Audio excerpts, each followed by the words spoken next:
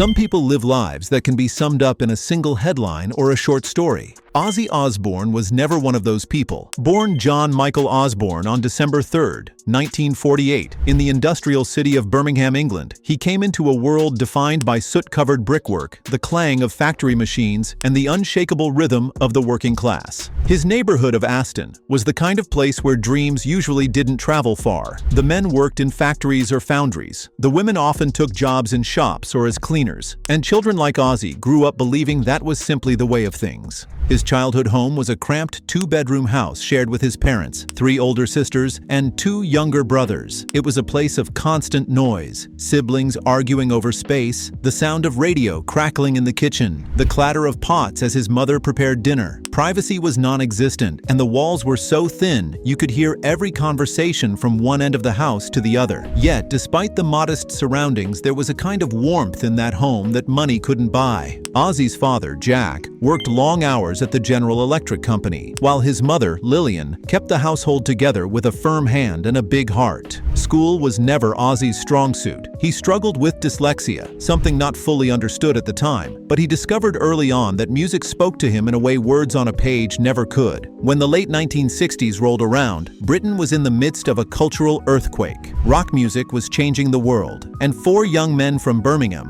Ozzy Osbourne, Tony Iommi, Geezer Butler, and Bill Ward, would change it yet again. Together they formed Black Sabbath, a band that would pioneer the heavy metal genre. The music was loud, dark, and unlike anything that had come before.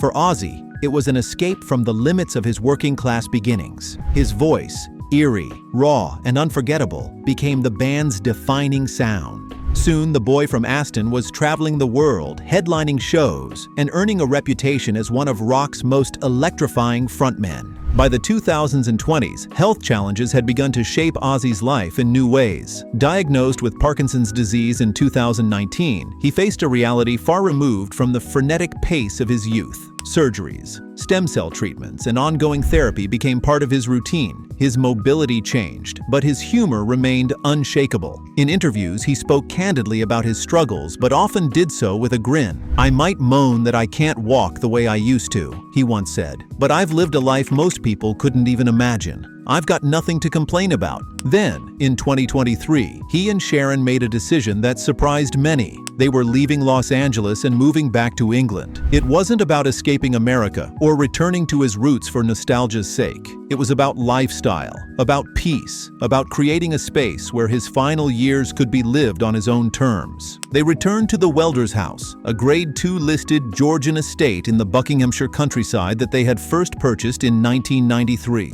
The property was as far removed from the chaos of a world tour as one could imagine. With its symmetrical brick facade, tall sash windows, and centuries-old trees lining the gravel driveway, it looked more like something from the pages of a Jane Austen novel than the home of the Prince of Darkness. Inside, it was elegant yet lived in. The walls held family photographs alongside framed gold records. The furniture wasn't there to impress, it was there to be used. Plush armchairs invited you to sink into them. One of his favorite spots on the property was the small lake he and Sharon had added in 2025. It wasn't just a decorative feature, it was alive with wildlife. Ducks and swans glided across its surface, while Sharon had even arranged for bat boxes to be installed in a playful nod to one of the most infamous stories from his career. Some afternoons, Ozzy would sit there with a fishing rod, while other times he would simply gaze at the rippling water, lost in thought. These were not the images that came to mind when most people thought of Ozzy Osbourne.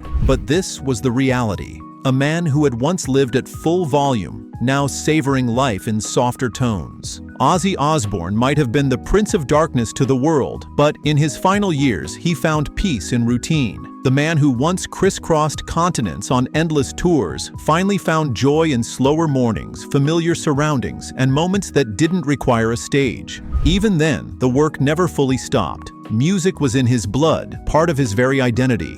On good days, he'd shuffle into his home studio in Buckinghamshire, slippers still on, and spend hours lost in a melody. He no longer chased chart positions or record sales. He was creating purely for the love of it. Sometimes he'd revisit old Black Sabbath demos. Other times he'd hum a new tune for a producer to build around. His voice was raspier now and his hands less steady, but his creative spark never dimmed. Family was always close. Sharon remained his constant, wife, manager, and confidant. Their love had weathered decades of chaos, fame, and health battles. Their children visited often. Kelly would sit with him in the library swapping stories. Jack brought his kids over to see Granddad Ozzy, and even Amy, who had long preferred a quieter life away from the cameras, found herself spending more time at the family home. These later years were about reconnecting, making up for time that the road had stolen. Surprisingly to those who knew only his wild rock persona, Ozzy loved nature. The countryside brought out a quieter side of him. He would take slow walks along the winding paths of the estate,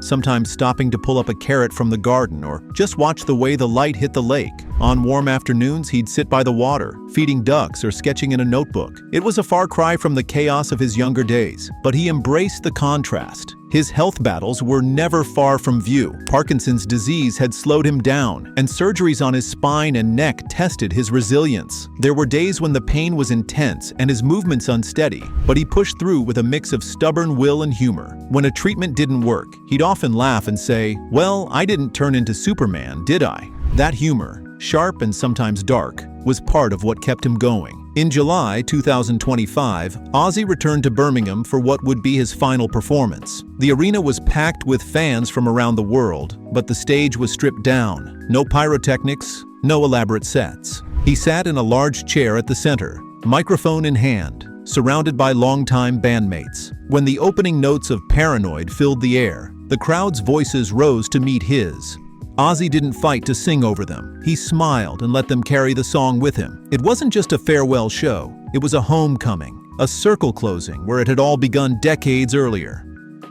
It's official there, British rock star Ozzy Osbourne has died at the age of 76, saying Black Sabbath legend Ozzy Osbourne, the Prince of Darkness, dead at the age of 76. A few weeks later, in late July, the news broke that Ozzy had passed away at 76. The world seemed to stop. Tributes flooded in. From Tony Iommi's heartfelt message about the dreams they'd built together as kids in Birmingham, to fans sharing how his music had carried them through dark times. Outside the Buckinghamshire estate, flowers and candles piled up at the gates. Sharon released a statement saying, "He was my heart, my soul, my best friend. We were blessed to share him with the world, but at home, he was just ours." Ozzy's legacy was more than record sales, Grammy Awards, or the creation of heavy metal as we know it. His life was a study in contradictions, outrageous yet sensitive, wild yet thoughtful. He proved you could live loudly and still find beauty in stillness. He showed that it was possible to stumble,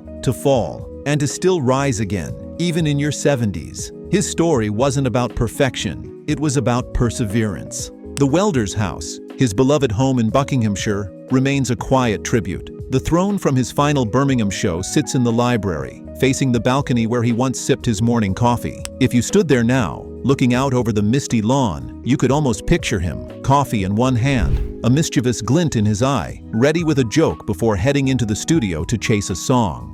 Ozzy Osbourne's life was loud, messy, brilliant, and tender all at once. To the world, he'll always be the bat-biting, head-banging rock god. But to those who knew him best, he was a man who loved deeply, laughed loudly, and never stopped searching for meaning, whether on stage in front of thousands or by a quiet lake in the English countryside. The music may have stopped, but his voice will echo forever in the hearts of those who listened. If you've made it to the end, drop a guitar emoji in the comments and share your favorite Ozzy memory, because legends like him live on through the stories we tell.